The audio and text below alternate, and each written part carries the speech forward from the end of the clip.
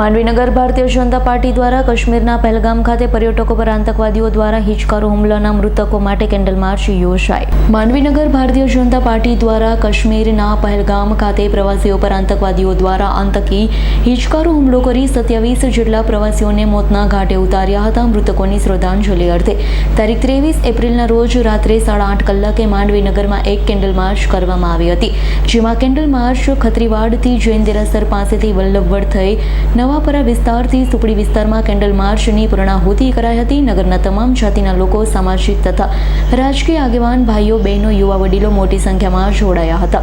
સવિશેષ બહેનોએ વિશેષ સંખ્યામાં હાજર રહી મૃતકોને શ્રદ્ધાંજલિ આપી તથા સુપડી વિસ્તાર ખાતે કેન્ડલ મૂકી 2 મિનિટ મૌન પાળી તમામ મૃતકોની આત્માની શાંતિ માટે પ્રાર્થના કરી હતી।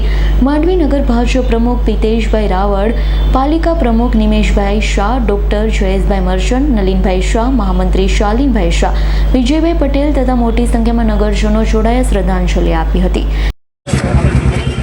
ભારતનું શીત એવા કાશ્મીરમાં અને ભારત માટે જે બીજું સ્વિટ્ઝરલેન્ડ કહેવાય એવા પહેલગામમાં જ્યારે સહેલાણીઓ પોતાના પરિવાર સાથે વેકેશનની મજા માણી રહ્યા હતા અને પ્રવાસે તેઓ હરીફરી રહ્યા હતા, ત્યારે આતંકવાદીઓ દ્વારા તેઓના પર એક ઘીનોનો અને હિચકારો હુમલો કરવામાં આવ્યો અને તેમાં લગભગ આપણા દેશના 27 જેટલા સહેલાણીઓના મૃત્યુ થયા છે। તે બાબતે આજે એ તમામ મૃતકોને શ્રદ્ધાંજલિ અર્થે માંડવી નગરમાં એક કેન્ડલ માર્ચનું આયોજન કરવામાં આવ્યું હતું અને એ કેન્ડલ માર્ચમાં સૌ ખૂબ મોટી સંખ્યામાં આપ અહીં જોઈ શકો છો, ભાઈઓ, બહેનો, યુવાઓ, નાના ભૂલકાઓ સૌએ પોતાના અંતર્મનથી પોતાની શ્રદ્ધાંજલિ અર્પિત કરવા માટે આજે આ કેન્ડલ માર્ચમાં ઉપસ્થિત થયા હતા।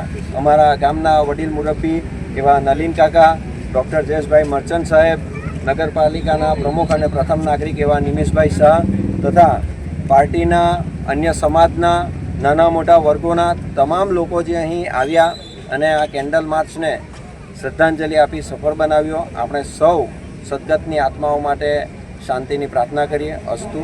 ભારત માતા કી જય। ઓમ શાંતિ। જીતેન્દ્ર સોલંકીનો રિપોર્ટ, S9 ન્યૂઝ, માંડવી। અમારી તમામ માહિતીથી અપડેટ રહેવા માટે જોડાયેલા રહો S9 ન્યૂઝ સાથે।